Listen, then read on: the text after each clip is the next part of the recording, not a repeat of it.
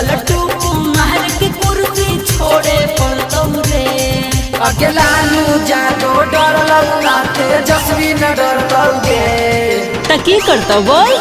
अब Bihar JD party अकेले लड़तौगे।